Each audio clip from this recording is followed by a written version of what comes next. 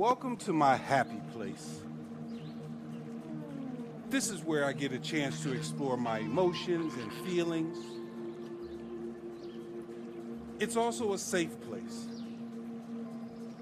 I come here before each class, session, and video post. I've learned that if my emotions are chaotic, so are my actions. Once I get myself together, then I'm ready to go. Social emotional learning is critical, not only for teachers, but for students too. It can be difficult to impart this knowledge in the classroom and ensure it is a part of our lessons. So we are going to explore some simple ways to ensure SEL can be properly addressed. Let's take a look. All right, so let's jump right into social emotional learning. So we're going to have the overview, purpose, benefits, strategies and examples, resources, and keys to remember. So we define SEL with the process of developing self-awareness, self-control, and interpersonal skills. It also helping students manage emotions and build healthy relationships, promote responsible decision-making, and support academic success and personal growth. So these are the aspects of social emotional learning in the educational context, in the classroom context. So if you talk to a psychologist or a mental health person, they may have a different definition, but this is for the educational context. So what's the purpose? Support students' emotional and social development. If they are off, if they don't know how to understand or deal with their emotions, it can create chaos in the classroom. And if you have multiple kids who have social emotional, the inability to handle their social emotional awareness, it can create, like I said, chaos in the classroom. So helping students understand their emotions and their social development, teach students how to manage their emotions, improve classroom climate and relationships, and also it prepares students for life beyond the school. When they can learn over K through 12 how to deal with their emotions, how to deal with their social interactions, they are more well equipped to go out into the world and deal with those things. So what are the core competencies? We have self-awareness, understanding emotions and strengths. So they have an awareness of things. They have self-management. They know how to regulate emotions and behaviors. They have social awareness, showing empathy for others. They have relationship skills. They can build and connect with others. And they have responsible decision making. So just to pause for a second, when you consider this as a teacher, you may have, just like any other skill, you may have different kids on different levels that need different, foci in regards to these competencies. So it's not the belief that every day you're dealing with all 5 of these in every lesson. That's not what it's about. It's about understanding your students and determining, okay, just like you would their reading fluency, are they self-aware? Okay, we need to focus on self-awareness. Oh, you know what? They are self-aware. We need to focus on responsible decision making and making ethical choices, right? So when you see these competencies, don't think, oh, I have to deal with every single one of these every single day in order to incorporate social emotional learning. That's not what we're doing here. Okay, these are the competencies. Based on your student population, you'll know which ones you need to address. Okay, and we'll talk about ways of finding that out. So what are the benefits of social emotional learning? You see improved student behavior and academic performance because they're not dealing with all of those chaotic feelings, or they know how to deal with them properly. They know how to identify them, deal with them, and make good decisions. Stronger teacher-student relationships. Believe it or not, if you're addressing students' social emotional learning, they recognize that it's not just about academics. You're taking that extra step It strengthens that teacher-student relationship. It definitely reduces classroom disruptions, and it can result in better conflict resolution skills. So some implementation strategies. Again, nobody's saying do all of this at once. You can mix and match, you can pair them up. These are just some things that you can do. Morning check-ins or emotional temperature checks. For the little kids, you may have a sticker that, or a sticker that shows, what their emotion is for that day. You can also do this morning check-in by using the threshold technique, where you stand at the door. You'll be surprised at how quickly it's a quick check-in. You can see as the kids are coming in who might need a little, extra encouragement today, who's having a bad day. You can, by using the threshold, that's where you stand at the door and greet the students. You can start analyzing that morning SEL check-in just by standing at the door using the threshold technique. You get a feel for, what's coming into your classroom, right?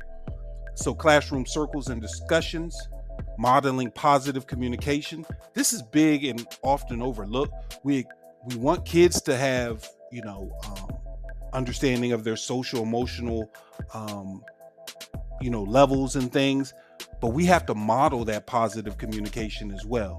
Okay. So if they hear us, going back and forth with our colleagues, or, going back and forth with their parents, not showing proper social, emotional techniques, they're going to model those things, whether we want them to or not.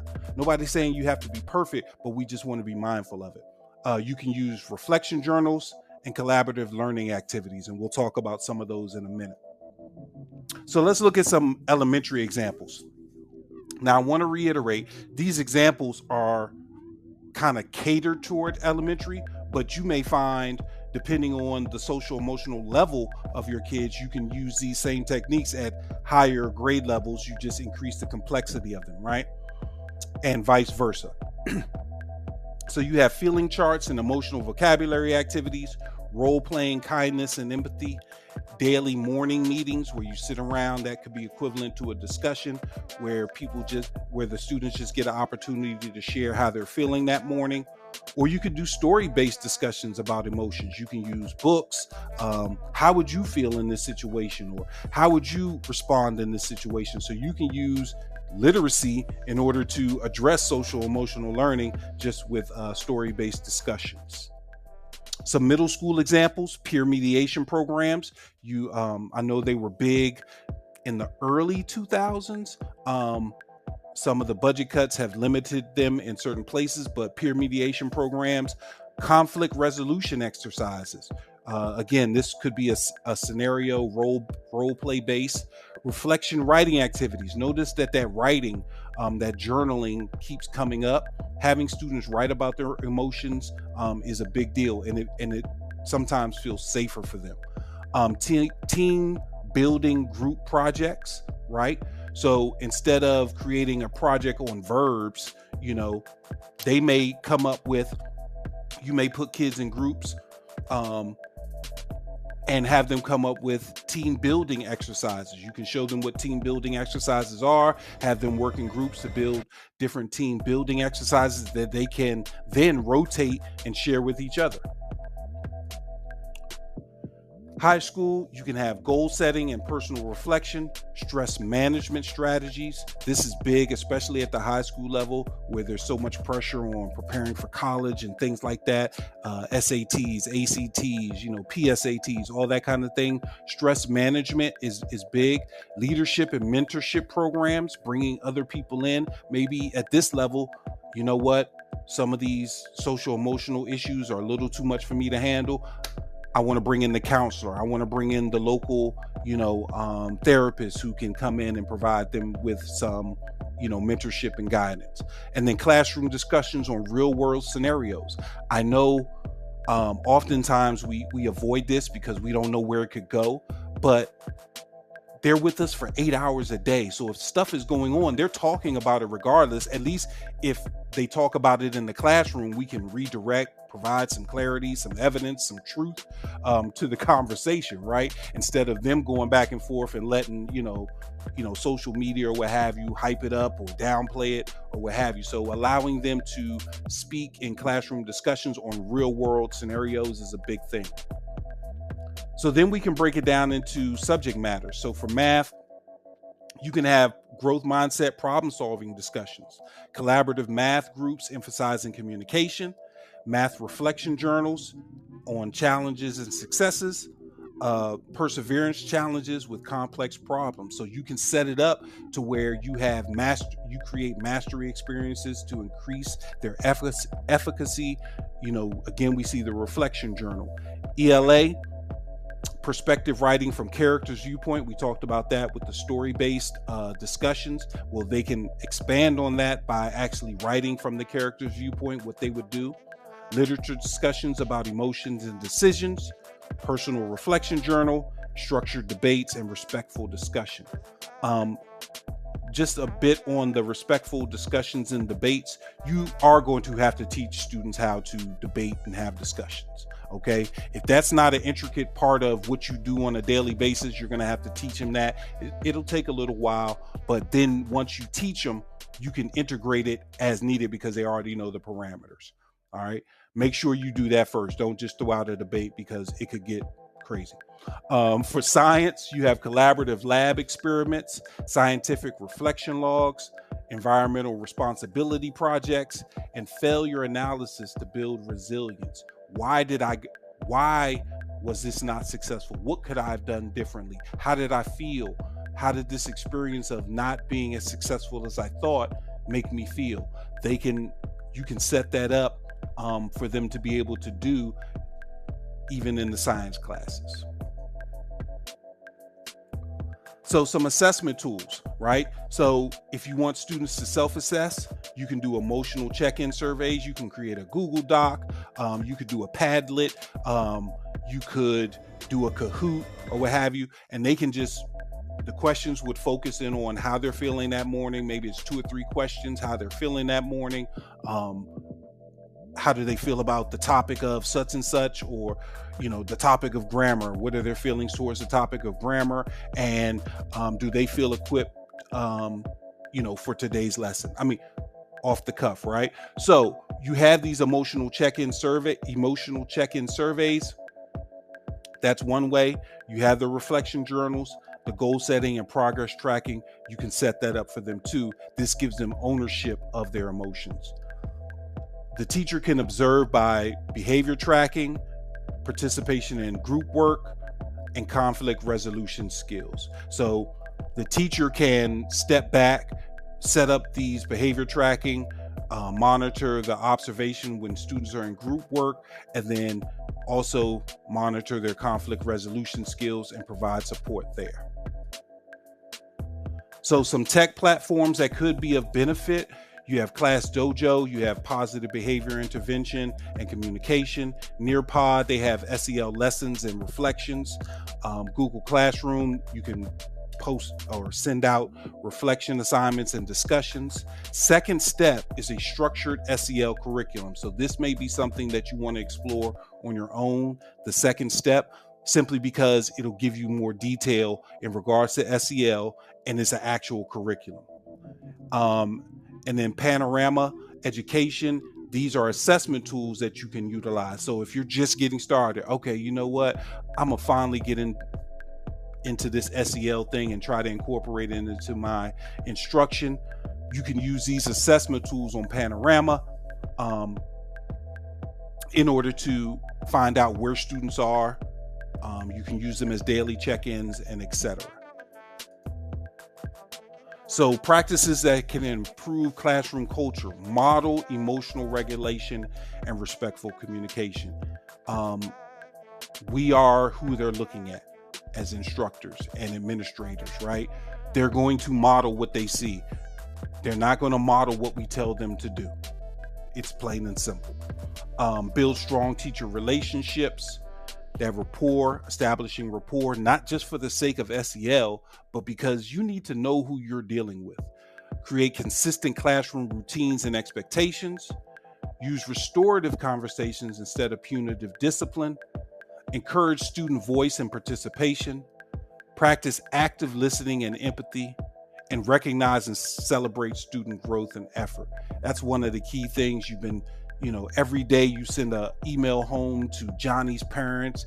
Johnny's parents have 100 emails about Johnny doing wrong.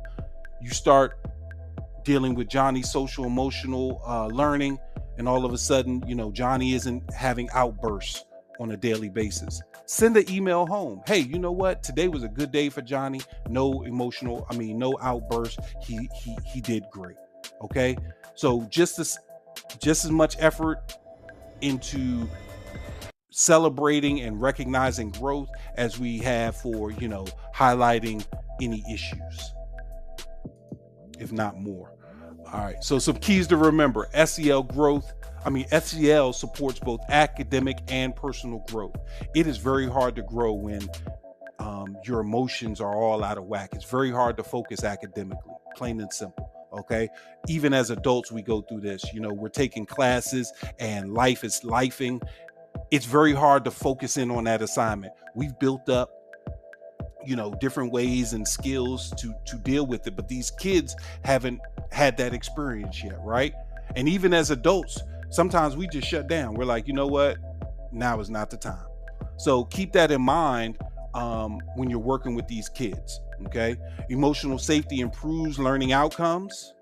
Consistency and modeling are essential. Consistency and modeling are essential. Consistency and modeling are essential. You get it. SEL should be embedded in daily instruction. And I want to touch on this as well.